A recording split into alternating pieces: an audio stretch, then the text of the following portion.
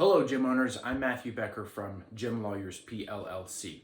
Now, in this video, I want to talk specifically to those who are looking to open a new gym. So here's the situation.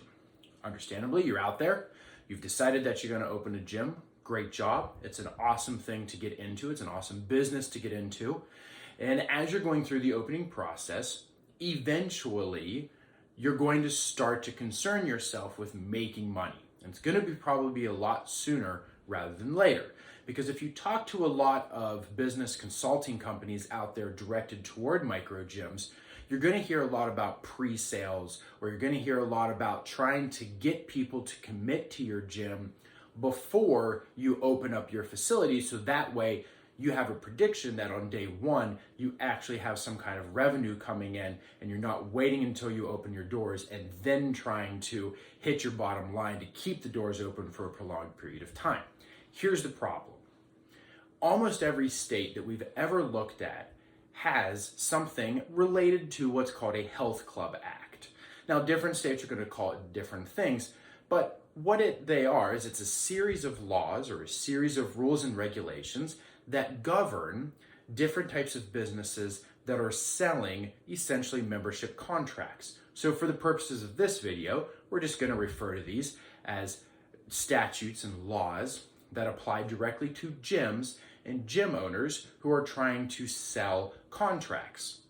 And so what these statutes do is they go through and they set different requirements for language that has to be in those contracts, restrictions on those contracts, to say that while you are selling a recurring membership and you have to have a membership contract, you also have to have this statutory language in there. Otherwise, it can be a real problem for you as a gym owner. What a lot of gym owners don't realize, even if they know about their state statutes in this way, is that there's oftentimes a limit on pre-sales.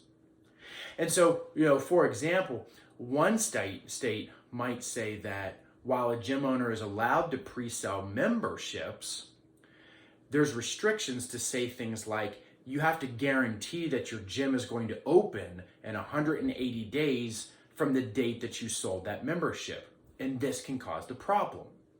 Because while you're opening up a gym, and while you like to think that all of this is going to happen on a particular timeline and that you're going to get everything open and everything's going to go smoothly, there are a lot of unforeseen factors that are going to come into play. We see this a lot with commercial leases.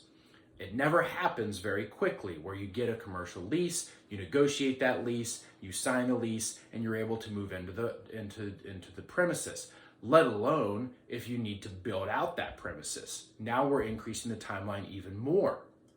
So the problem that gym owners run into if they're trying to pre-sell memberships is that you may get, let's say you get 20 people to commit to your gym, and you give them a special discount if they go ahead and they sign up now, and you tell them that you'll grandfather them in at a lower rate, maybe only $135 a month versus $150 a month, if they agree to start to pay now, and maybe they give you a lump sum up front or something to that effect.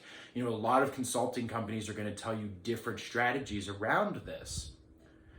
But if your state statute says if you sell one of these, you have to be able to open up your facility within 180 days. Let's say that's 6 months. All of a sudden, 6 months rolls around and you can't get open. 7 months rolls around. Now a pandemic hits and shuts down the potential for you to open up your gym for a year. You're on the hook for that money. If you've taken that money now and you've invested in the build out of your gym, you've got a real problem. So you need to know your state statutes before you try to pre-sell.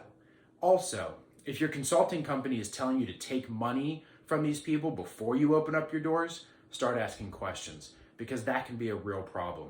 You can get people to commit, but you don't have to take their money before you open on day one. If you have any questions about your state statutes, as always, reach out to us at gymlawyers.com.